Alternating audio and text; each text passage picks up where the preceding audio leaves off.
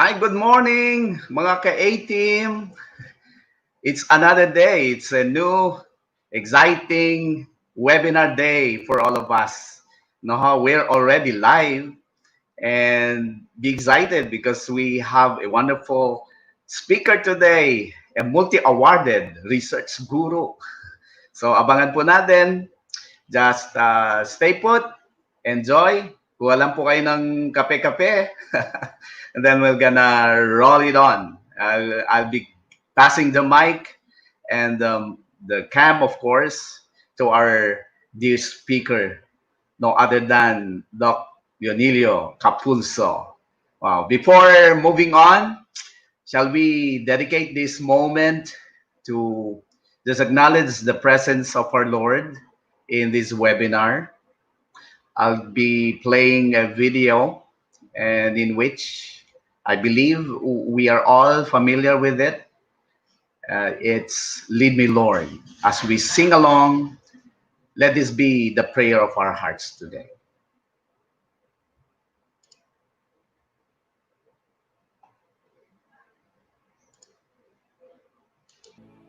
Thank you. Thank you. Thank you. Amen. Thank you for joining us with that prayer. Now, let's have our speaker today, Doc Leonilo Capulso. Come in, Doc. Good morning. How are you? Good morning, Yeah. sir. Oh, we Good morning, gotta. everybody. I hope you're Good doing morning. fine today as we're trying to face the new normal in education comes August 24. Yes, new normal. All right. So hopefully we're gonna be detoxing ourselves and from all the information that we're getting uh, since the lockdown, the start of the lockdown. It's been 4 months, more than 4 months now, and we're here with a lot of information in our heads.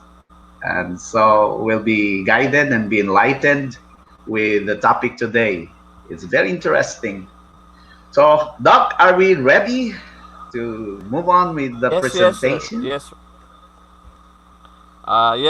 Yeah, Okay, we're so done. We're ready.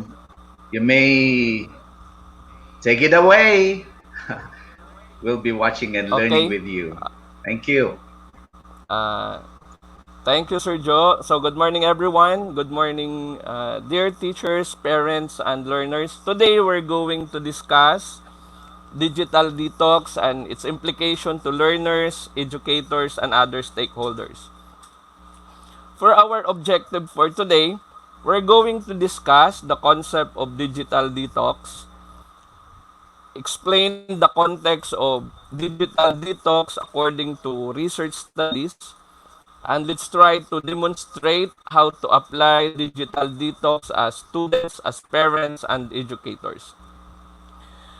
The Department of Health was not able to present the update last night because of the many cases that came in early this morning. So if you try to look at the screen, we have 2,124 total new cases with 2009 new recoveries and 162 death cases.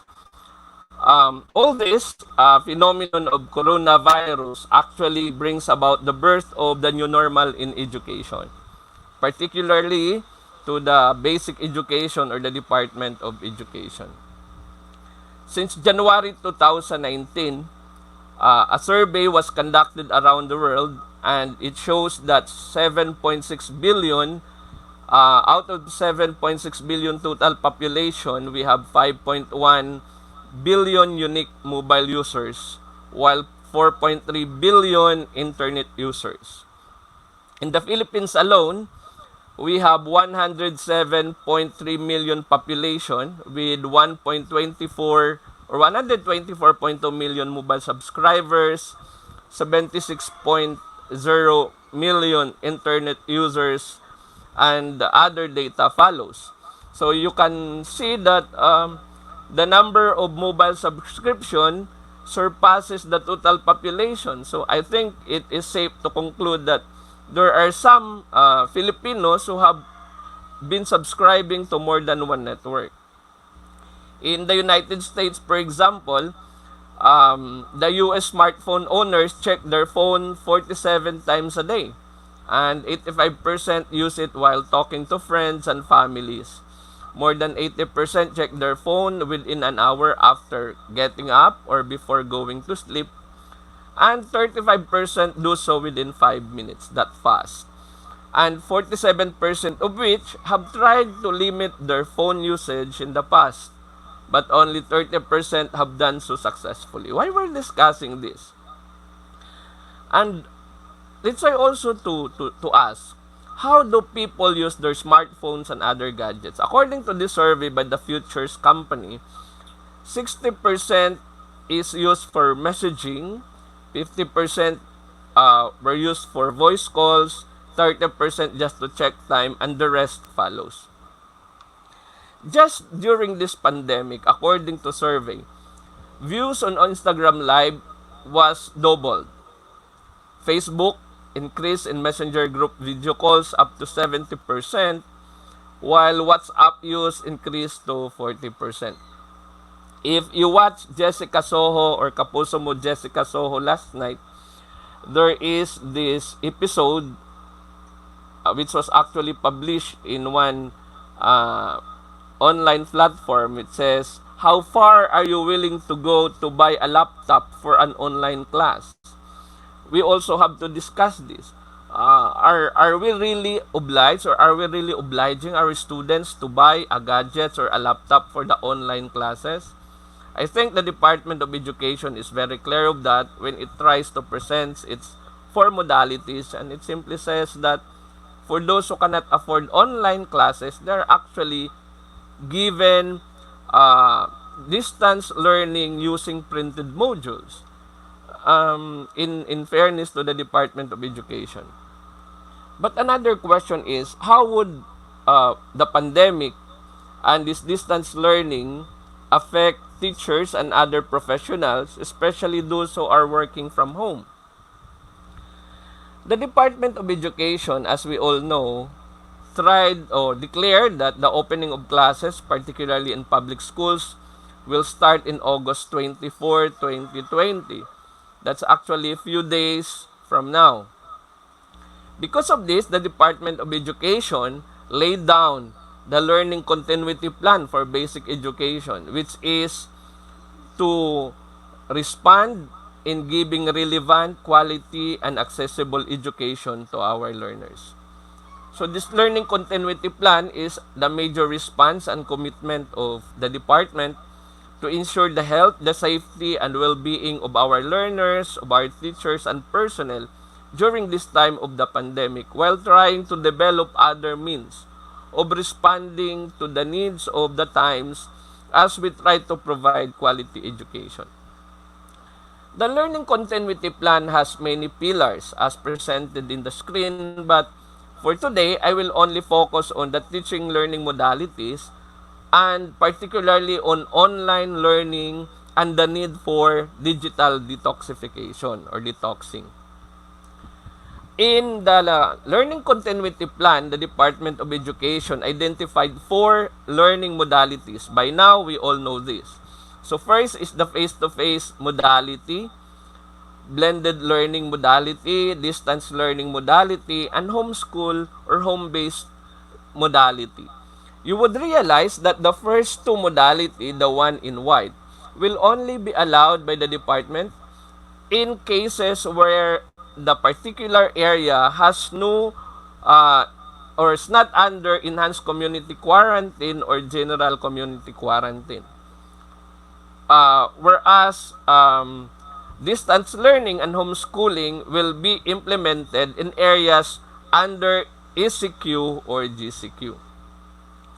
Now, you would see that the second, third, and fourth modality are all connected to online learning, which requires the use of technology or gadgets.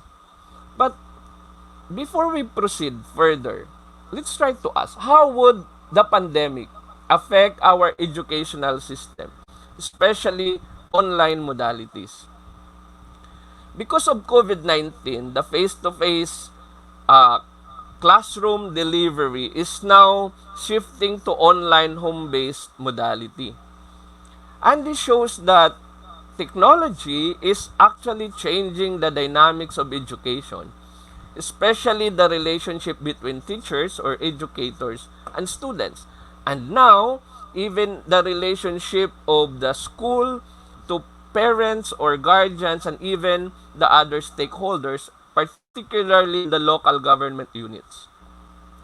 Bishop Ambo David, actually a bishop from the Diocese of Caloocan, who is also a Kapampangan, posted in his Facebook page which says, they said no phone inside the school. That's before. Today, school is now inside the phone. And this is very true. Ayan. Particularly to those Doc who Leonilo. subscribe to... Yes, sir. Yes, very interesting po, no? All those data. I'm just wondering, do we have any PowerPoint to show, or that would come later? Uh, I think, sir, I'm sharing my screen. Oh, you're sharing your Let screen. We're not me... seeing it from our side. Is there a way that you can uh, perhaps change Oh, the?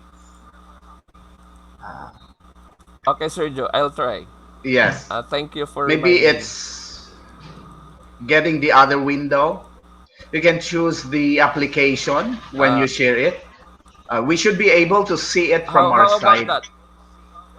Let me see. It's Okay, not Sir Joe. still there. I'm checking. Yes. Uh, Okay. Thank you, Sir Jeff. okay. And he's also monitoring. And actually, we got How feedback about from that, Sir Joe?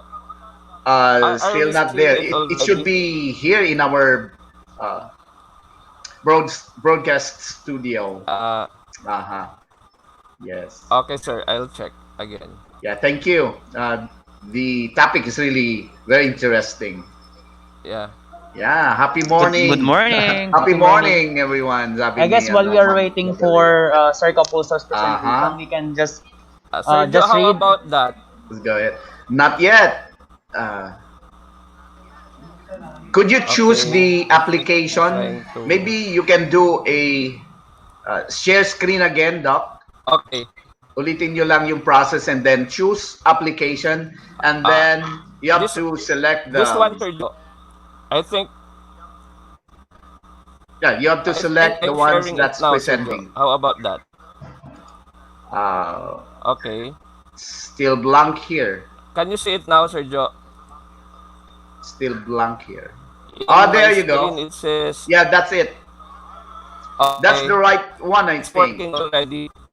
Yes. Okay. If you may Thank you, Sir Joe. go So back a let's little bit. proceed. Yeah, we appreciate that. Okay. Thank you. Thank So, you so much. as what I was saying, because of COVID-19 now, the importance of technology is very much felt, because technology is now trying to change the dynamics of education, especially the relationship between teachers and students. As what I was mentioning earlier, even the Bishop of Caloocan, Bishop Pablo David, actually a Kapampangan, posted in his Facebook, and I quote, "They said no phone inside the school. This is before, but today, school now is inside the phone." Indeed, according to Andrew Kim, a researcher from Stelcare Education Solution Team, educators and school administrators should really reshape educational spaces and providing a better learning experience to support educational evolution. This is very true. That is why the Department of Education, despite of their limitation, tried to find ways to partner with other agencies and other organizations so as to give access to our students in providing online mechanism. Comparing it before, technology was only used to soap up substitute for convenient tools like transparencies for OHPs, handouts, books, and pens. But now, technologies are transforming how instruction actually happens. Teachers will use technology to replace old models of standardized rote learning and creating more personalized, self-directed experiences for students. Actually, this is now the challenge that confront us teachers, particularly in government schools. But yet, through the initiative of our school leaders and the Department of Education, we are trying to capacitate teachers and even students and other stakeholders so that online mechanism will be available to those who opted to use this modality. As learning is becoming virtual, however, virtual activities is actually becoming more physical. That is why virtual and physical are becoming or meeting at the middle. This is what Mr. Kim is saying. So far, we see the importance of technology as we try to adapt to the new normal of education. But despite the demands of technology, why do we need digital detox? Why do we need detoxing? When in fact we are just starting. We should realize that online learning is not new in education. There has a lot of countries actually who opted distance learning as part of their flexible and other modalities aside from the face-to-face modality.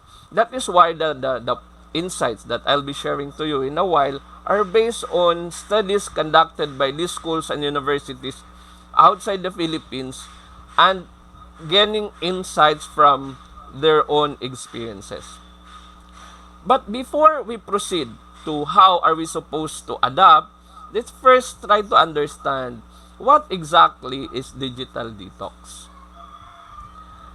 According to the definition, it is a period of time where a person refrains from using electronic devices like smartphones and computers connected to the internet.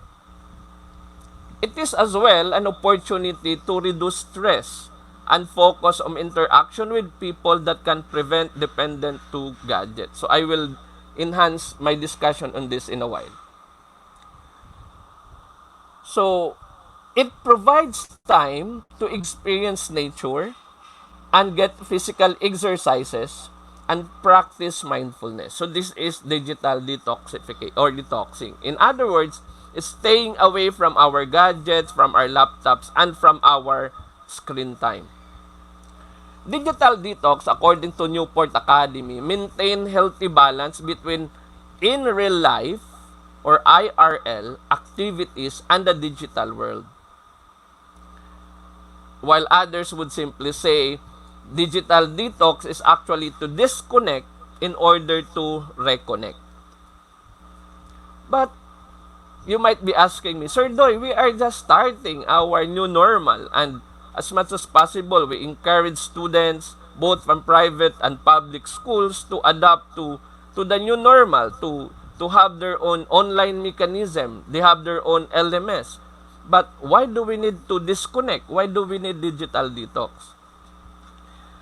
Indeed, gadgets, laptops, tablets, cell phones are important to enhance efficiency, convenience, and communication. This has been proven correct. No? We need gadgets, we need electronics to enhance quality education. Yet, this would also mean less time to spend doing real world activities, less time spent with people that we love, and sometimes can also affect our relationship. Now, according to Amy Morin, a psychologist, he said, what are the signs that our family needs digital detox? She gave actually 3 signs that as teachers, as parents, we need, our family already is needing digital detoxing. Thank you. First, he said, if your child depends on technology for entertainment,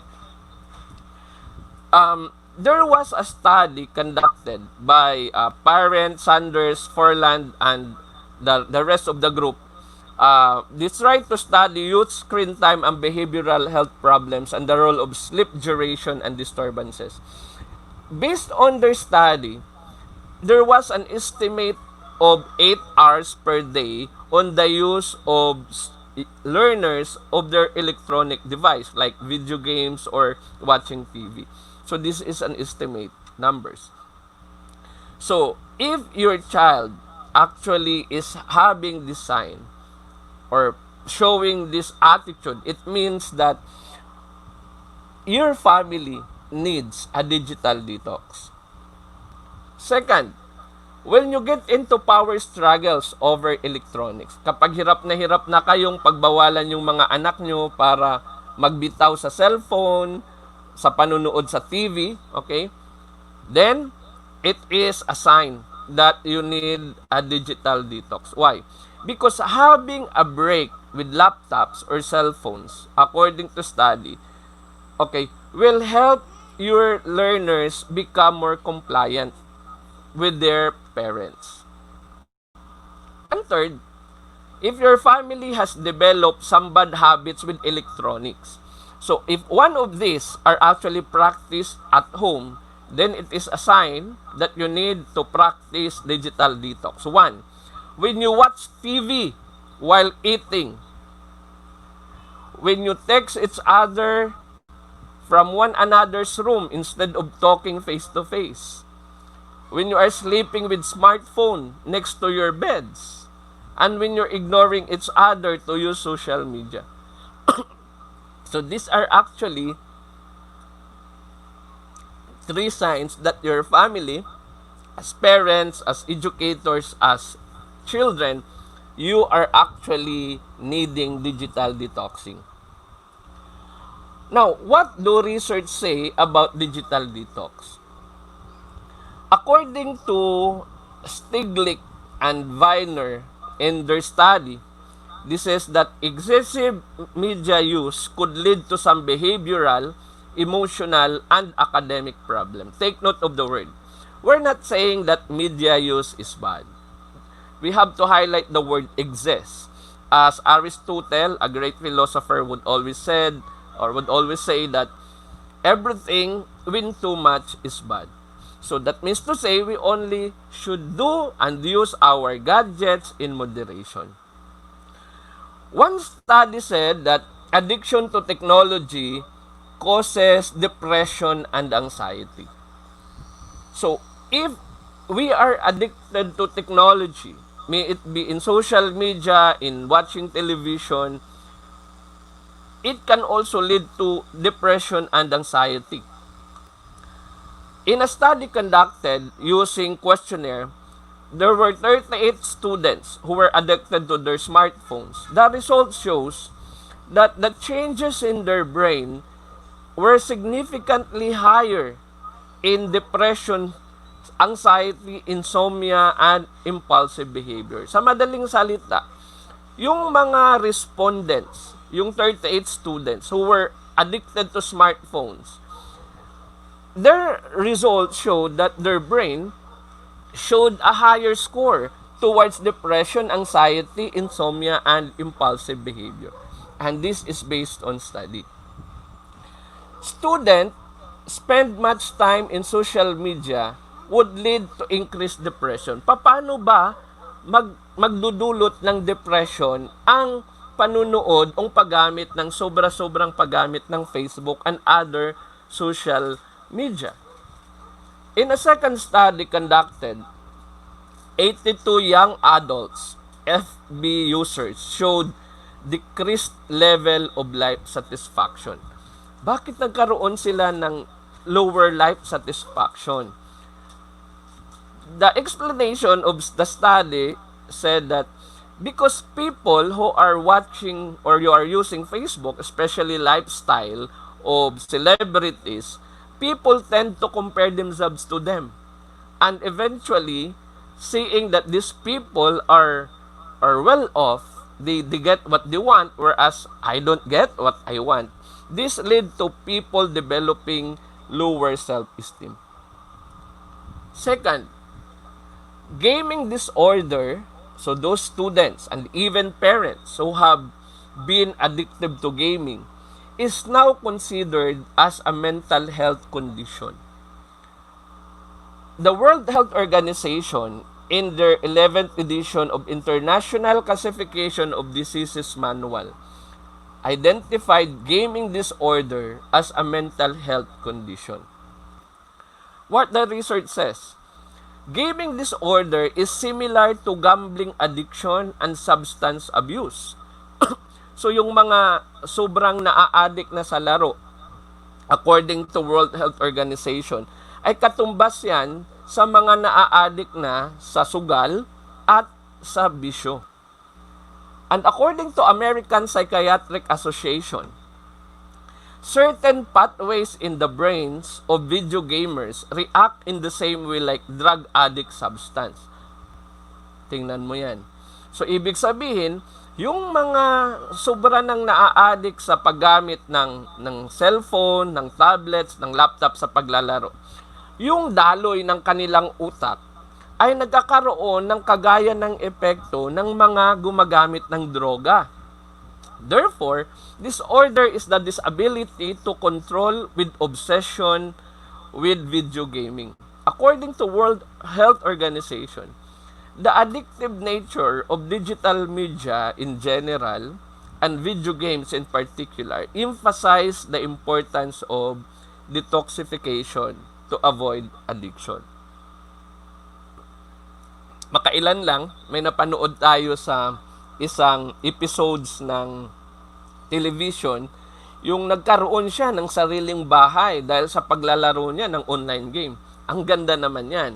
Kasi you are able to provide these needs to your family. But did you ever ask, paano kaya sila nabubuhay araw-araw? Paano kaya siya sa asawa niya? Paano kaya siya sa anak niya?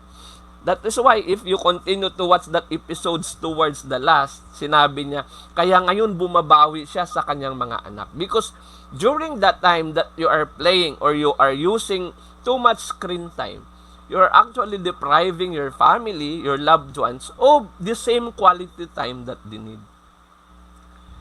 So it is important to disconnect from constant stimuli provided by digital world that gives nervous system a chance to power down and to rebalance. So, digital detox actually is important to power down and rebalance ourselves between the digital world and the real world.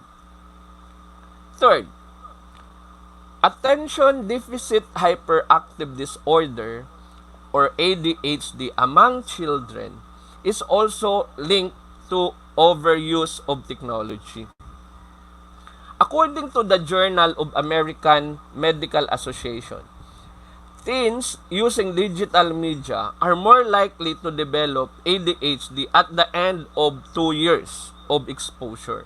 Sa madaling salita, habang sila ay naglalaro, siguro nung mga una hindi natin napapansin, pero according to study, 2 years after, most of those respondents actually show signs of ADHD.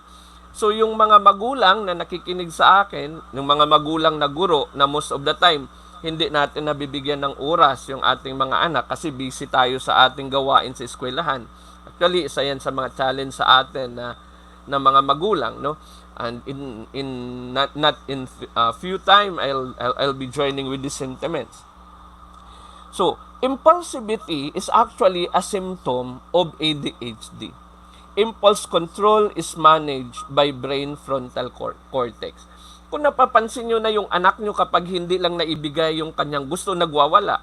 Humihiga, umiiyak, very impulsive, ang bilis niyang magalit, sumisigaw. So, let's think. Let's reflect.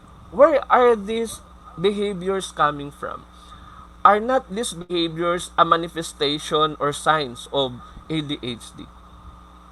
According to brain imaging research, excessive screen time, video games, or social media affect the frontal lobe like cocaine. Look at that picture. Yung bahagi na yan ng utak ay siya yung tinatamaan. Yan yung kasi yung frontal lobe ng ating utak. yan yung lobe na yan, yung frontal lobe, siya din yung tinatamaan ng mga taong gumagamit ng cocaine. Kaya napapansin nyo, ang irritable nila, ang bilis nilang magwala. So hence, lead to compulsive and erratic behaviors. Fourth, more digital media would also mean less exercise and less time outdoors. And according to study, excessive use of gadgets would lead to sedentary behavior, meaning longer time in front of screen or smartphones. According to the study conducted by Harvard University, teens who spend too much time a day, so yung mga bata natin dyan, no, even grade school or high school or senior high school, who spend too much time, lalong-lalo na ngayon na pandemic, lalong-lalo na ngayon na mag-online learning tayo. We are actually giving them that license to use and they could simply justify their use. Ay, para to sa school. But too much exposure to screen time can lead to obesity. So, we have to be very careful. Now, for us workers, for us teachers, who are preparing our modules, our e-books, our SIMs, and other exemplars to help our school, our educational system, our students, we are also actually confronted with this reality. That is why, if you can see in the screen, we must be able to observe. Now, I am in front of my computer. Maybe you are in front of your computer, in front of your cell phones. There is what we call ergonomics. No? Forgive me for the spelling. It's supposed to be ergonomics. It is the process of designing or arranging workplaces, products, and systems so that they fit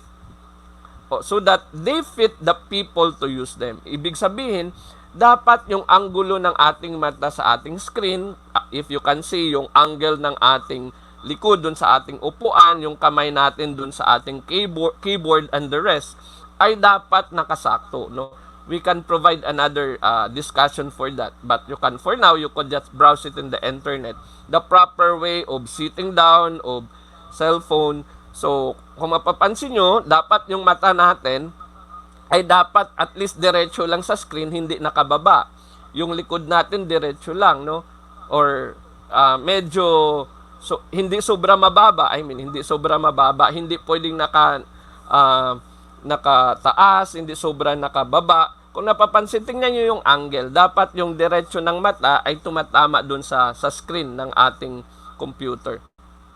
At ano ba yung mga magiging epekto nito sa atin kapag nasubrahan tayo ng screen time also as teachers? My wife, who is a doctor of occupational health, no, she would always remind me of my posture, of if I spend too much time. Kasi kung minsan nagrereklamo na ako, ang sakit na ng kamay ko, ang sakit na ng mata ko, kung minsan lumuluha na. My wife shared this simple tip and I'm now sharing to you. So for those teachers and other professionals who are using their laptops almost every day, we can adopt the 20-20 rule to reduce the effects of digital eye strain. No? Kasi kung minsan yun sinasabi na, bakit ang sakit na ng mata ko, bakit lumuluhan na? So what is 20-20 rule? Teachers, that is to take a break every 20 seconds and look at something 20 feet away for every 20 minutes. So kagaya nito, napansin nyo, paminsan-minsan, lumalayo yung mata ko sa screen.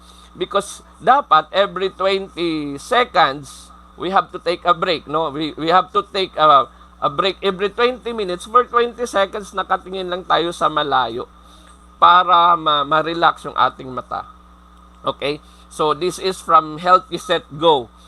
Okay? So, we should learn to follow the 20-20 rule and give our eyes a break. Another problem that we've been, or maybe some of us have already experiencing, is what we call the smartphone thumb. Smartphone thumb is the pain that comes from the repetitive movement of texting, has been dubbed as smartphone thumb by the doctors. The source is there. In the medical parlance, they call this tendinitis. When the tendon that bends and flexes the thumb becomes inflamed. So pag medyo sumasakit na, lalo na pag palaging ginagamit natin yung cellphone. More and more people are complaining about this type of pain in their thumb. It's here, according to Mayo Clinic. Another, more screen time replaces healthier activities like exercise, meditation, yoga, and the like. This also keeps man from his own creative expression, especially children, which is important part of identity formation and brain development. So lalong-lalo na sa mga bata natin, no, kailangan ng mga bata natin itong creativity as they develop their own identity and their brain development. But too much exposure to screen time actually deprive them of this. Now, how do we do digital detox? According to Dr. Davis from Psychology Today, he tried to share 4 tips. First, remove from us possible distraction. He cited Blake Snow, an author of Log Off, How to Stay Connected After Disconnecting. Sabi niya, mayroon tayong 4 burners in his 4 burner theory. Ang 4 burner natin bilang mga magulang, bilang parents, are family, friends, health, and work. Ang una-una natin gagawin, dapat alam natin ano yung pinaka-priority natin. Lahat ng bagay na walang kinalaman sa ating priority should be removed because they are just distraction. So, we should remove alerts, the beeps, the buzzes, or notification, of course, except emergency cases. We focus only on what really matters and make better use of our time. Okay? So again, it's on priority. Pero tayo kasing mga teachers, tayong mga guro, sanay na sanay tayo sa multiple tasking, di ba? Pero marami na ngayong pag-aaral ang nagsasabi, actually, pahapyaw ko siyang babanggitin na multiple tasking is not actually very effective. Okay. Don't glamorize business. Parang, kasi kalimitan, ay, kailangan ko to kasi marami akong dapat gawin. So, don't be proud that you are busy. According to Blake, using I am busy is just an attempt to make hard choices about how to live our lives. Busyness is easier than taking time to pursue what really make us happy. And because of COVID-19, because of the new normal, internet will make us busy indefinitely. Again, let's not use our busyness to justify our use of our gadgets. Okay?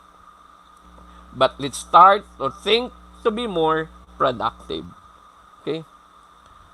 Then, third, always ask why when you pull out your phone. So, because the fourth part actually, or the last part, will be discussing about putting off phones, or what we call digital fasting, which is digital detox. But every time we do detoxing, tanungin natin yung sarili natin, bakit ba tayo magdi-detox? Smartphones are handy tools for finding answers. Di ba? Pag may gusto kong malaman, buksan mo lang yung internet mo, keeping in touch with friends, or siguro for the past few days, lahat tayo nakatutok doon sa pagbigay ng franchise sa ABS-CBN na alam naman natin kung anong naging resulta, and I hope all of us will really think about this, no, by this time. Many of us really wanted to be updated because all these updates, informations that we get from the internet will eventually help us to become more critical in the people we choose as leaders. So alam na natin that kung sino talaga yung mga tao na may paninindigan regardless of your stand. Maybe some of you are happy, some of you are not happy, but actually this exercise of communication, this exercise of ideas, exchange of ideas, give us a deeper understanding of the people who are supposed to be serving us. According to Blake, putting cell phones in our pocket is the bravest thing to do, and not to use it as a security blanket, especially when we are sitting alone or feeling alone with people. We learn to be present and grateful for the moment. So we learn to appreciate. Malay mo, yung katabi mo na hindi mo kinausap, yun na pala yung huling pagkakataon na makausap mo siya sana. Kaso lang, dahil nag-cellphone ka, hindi mo siya nakausap. E paano pag mahal mo yun sa buhay? Okay? Then, try using the rule of thirds. This is very good. Now, as parents, as educators, and even government leaders, because we are also parents or guardians for that matter, we should learn how to divide our time into thirds. Okay? 8 hours for work, 8 hours for sleep, and 8 hours for our free time. Working more will not make us more productive. Okay? Ang iba kasi, kailangan ko mag-overtime. Would it really make you productive when you do overtime? According to study, working smart and keeping free time allows our mind to wander in ways that makes the hour we work more productive. Research says, for rote and ordinary workers, more than 40 hours diminishes productivity. For creative workers, more than 20 hours per week does. Okay? So letting your smartphone work, your ball and chain, you are not actually making yourself productive. If kapag masyado na tayong nagiging bihag, nagiging alipin ng ating gadgets, then we are not making ourselves productive.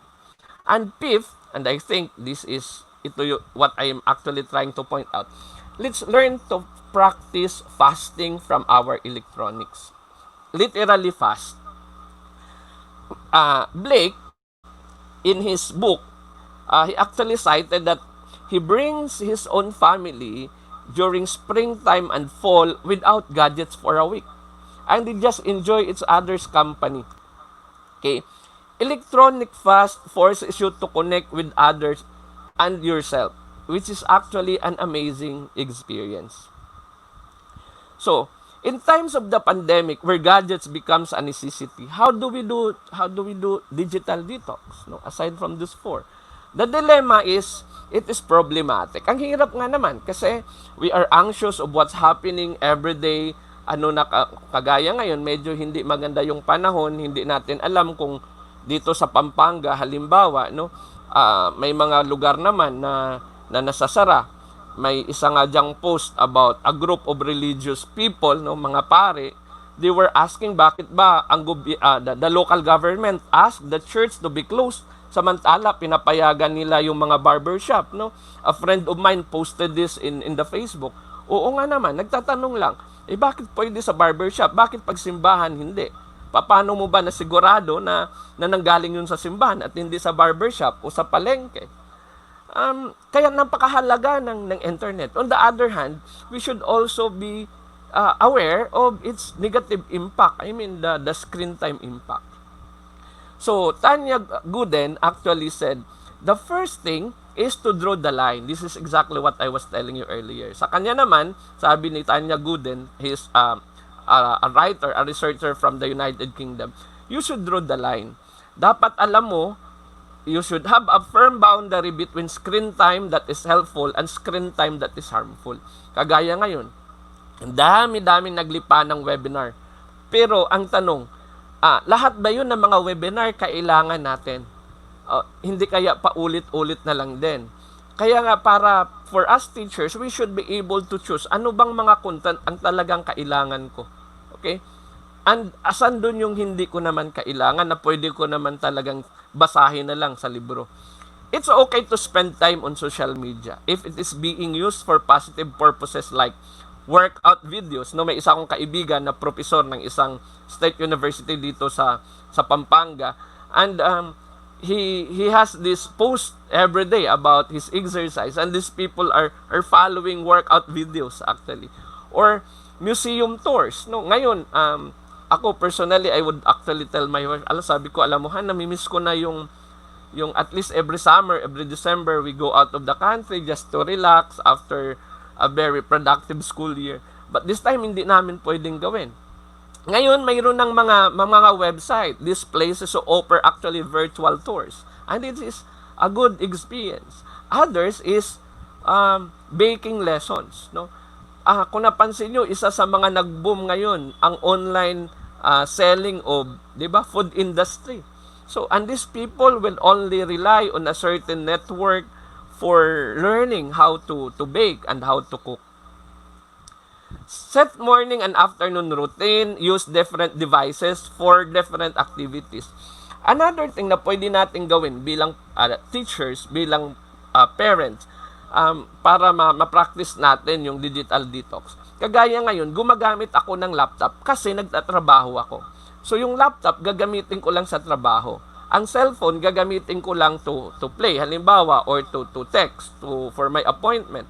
So, hindi ko pwede gagamitin yung aking cellphone para sa trabaho. This will minimize my use of my gadgets. Okay? Seeking out, number 2 is seek for quality. After we identify those things, ngayon titingnan natin, ito na nga, I already identify my content. Ang tanong, ang daming pare-parehas na content, which is more interesting, which will give me more quality content. Instead of excessive indulgence on whatever available, yung kung ano na lang ang nandyan. So, search for quality. And third, actually, I'm nearing to my last part. No? Get offline, which is also what we call digital fasting. Despite the needs of video calls, we need that. No, Zoom burnout is real.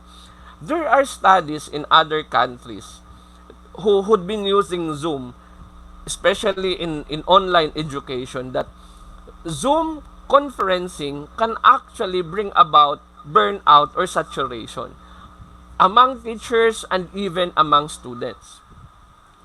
So, we have to think of other alternative. Example, instead of that, of Zoom, we could have a one-on-one call using our cell phones, no?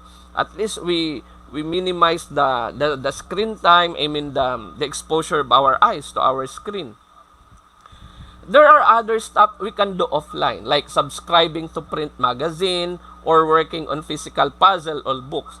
Dito sa bahay, yung aking pamangkin si Elgo, kapag gusto namin naman siyang malibang aside from watching TV and watching tablets, we are playing Scrabble, we are playing, he has his Lego games, he has his blocks, and he's enjoying it, and now he's sharing it to his sister. So I think this is another way, no? Nung tayo ay mga bata pa, no, maybe in our age, ang daming mga 'di ba, yung mga makalumang laro na ginagawa natin, and that makes us more physically fit actually. There was an increase of book sales actually during this pandemic according to one study. So digital detox retreat is actually unplugging our gadgets. This is suggested for family as an opportunity to spend time together and engage directly with our environment. There was another study by Amy Morin. It says that green spaces improve attention span and reduces stress. So kung mayroon kayong mga anak, ang paglalaro sa labas ng bahay, of course, not to the streets, no? At kung ligtas na, to the parks, green parks like this, are actually helpful to improve the attention span of children. Di ba, napansin natin, lalo na yung mga preschool teachers, na dapat magaling ka dun sa iyong motivation, sa iyong laro, para makuha mo yung attention ng mga bata, kasi ang ikli lang ng attention span. Sa mga teenagers naman, junior and senior high school, even college students, ang bilis nilang ma-divert yung attention. But, kaya now I realize when I was in Don Bosco, Mandaluyong, yung mga field trip ng mga estudyante namin nun kakaiba. Others would go to malls, others would go to other places. Sa Don Bosco, pumupunta kami sa Mount Banahaw and other forests, no, in UP Diliman. And then, napapansin mga estudyante namin, yakap lang yan sa puno, they play around, they run around. And, you know, there is this positive effect on their own social skills. Outdoor play improve problem-solving skills, creative thinking, and safety skills. So, as parents, we should learn to designate regular unplugged time for every time or everyone during the day. Halimbawa, 12 to 1, walang cellphone. Pwedeng ganun, kasi kakain lang kayo. I remember in one magazine I read, bago pa dumating ang COVID-19, may isang pamilya sa Amerika. Ang practice na, actually, hindi lang siya pamilya, it's actually a community. Mayroon silang tinatawag na family time. Doon, may particular day for 1 hour, yung buong community, hindi sila gagamit ng gadgets. Nandun lang sila sa bahay, no? They just make a circle of love. And then they just share their stories, no? Happy and not happy. And then parents and children are listening and sharing experiences. And I suppose this will bring about positive effect.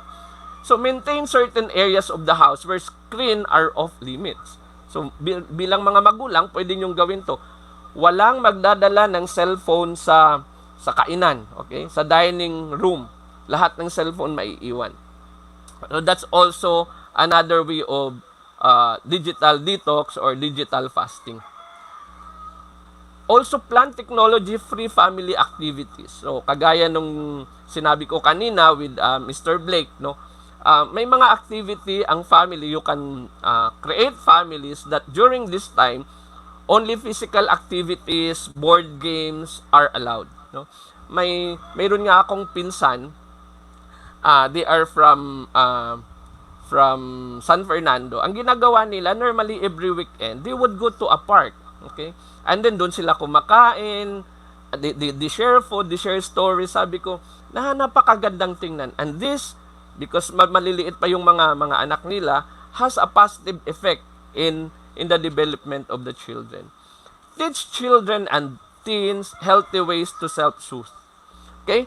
So, with that, thank you very much for your listening, and I hope I was able to share insights on digital detox.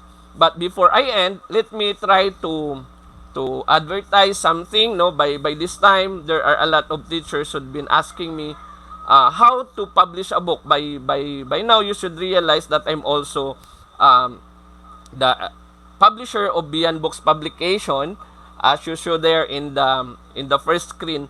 And this is my first book, no? Beyond the Four Corners, there's our stories of my own stories and insights about my students, about teaching profession, about my research on teaching, and other books that had been published.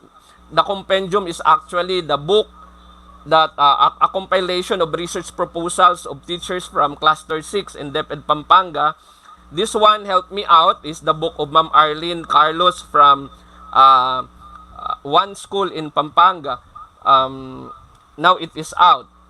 And other books for this matter. And soon, maglalabas kami ng research proposal ng sa Filipino, Aksyong Pananaliksik, kasama si Dr. Reggie Cruz ng Angeles. These books were actually used to enlighten, to share thoughts, and also others would use their publication to be promoted, and we have to accept that. Book authorship is one of the criteria to be promoted. So, if you have manuscripts that you want to publish, like manuals, like compilation of poems, you can approach me any time of the day. Later on, I'll be showing to you my contact. Also, we will have an international virtual conference. If you have your cell phone, you could grab, you could take a picture where you could register. So it is here. It's on sustaining quality life in the new normal amidst COVID-19. So we have speakers from this is in partnership with Beyond Books Publication. Actually, this is led by Ascendance Asia group of companies with Medicaps University in India. So we have speakers from Thailand, from India, from Malaysia, and actually from Nepal. Okay? And other details of this are there, and you can just contact me later on. Okay? So if you are interested, and for those who are members of Beyond Books Publication will have their own discount. And recently, Beyond Books Publication and yours truly were commended by World Book of Records of the United Kingdom for this initiative, like the A-Team. By the way, thank you Sir Joe, Sir Jeffrey, Sir Al, Sir Johnny Viray, Sir Nelson Gonzalez for inviting me in. And I'm sharing with you this initiative, and the same initiative actually, with all humility, got us the certificate of recognition from World Book of Records of the United Kingdom. And if you have some other questions and queries about the publication, about the international conference, you can contact me through my cell phone number, through my email, and through my Facebook account. So once again, thank you very much for listening, and I hope I was able to share some insights with you guys in dealing with digital detox amidst the demands of technology in this new normal during the pandemic. Thank you very much, Sir Joe.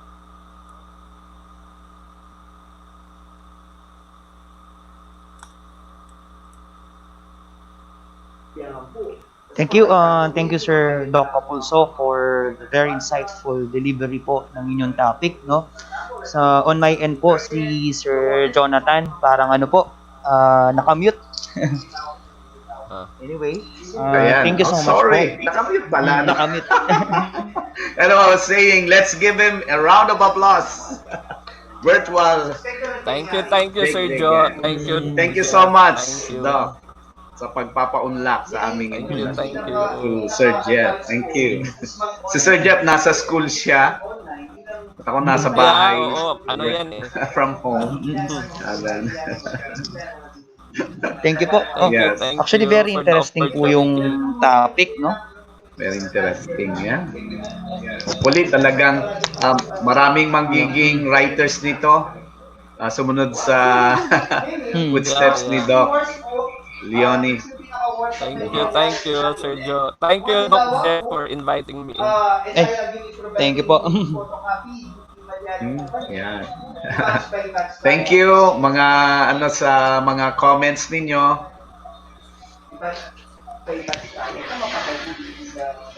Thank you participants, co-teachers. Si Ma'am Ayona dyan. Sino pa? Ma'am Erica. Ma'am Marilyn, thank you. Ma'am Cyril. Yan, ang dami po to mention. A lot of you. Thank you for joining us today. Mm-hmm. Okay. Sir Jeff, any other exciting webinars coming up? Actually, sir, thank you for asking that. No, I just want to inform everybody that after this, we will be having more seminars or webinars to come. No, sir. By the way, I just want to inform po or remind po na our link for the evaluation is flash po, nasa crawler po natin. And thank you po, Sir Capulso. Alam niyo po ba na just itataas ko na po, sir. Talagang napakamahal ng bayad niyan, pero sa atin po free. Ganun po siya ka-helpful sa atin, no? Pag international, no? By all means, Pag intergalactic na nga eh. Hindi naman. Thank you for the opportunity. Kaya nga thankful po tayo kahit busy Thankful, po siya. we're privileged to have Doc. We were able to or he was able to deliver a very informative topic. Timely nga po, no? As what I can see po sa mga comments, talagang hindi daw sila hindi na sila gusto punta ng CR o lumabas kasi talagang excited sila na makinig talaga. Anyway, Sir Joe, I think that's all. Okay, no? so that's it. Sir We're Capulso. gonna say Thank you, goodbye thank you, after countdown. Counting down. Wala busy sa bahay, ano? All right. Mm. Anyone else? Thank you. If you have some questions, you may Reminder go. po yung Chat link lang for naman. evaluation is posted po. Or just PM away. Yan. Okay. At Stay saka po, safe, everyone. reminders lang po dun sa mga Opo. Thank you po. Thank you. So we're gonna count Alright. 5, 4, 3, 2, 1. Bye-bye. Stay safe. God bless Bye, and bye, glory bye. to Thank you, God. thank you. Thank you, Sir Joe. Thank you, Kasi Sir one Joe. month is 300,000. 3 months and 900,000.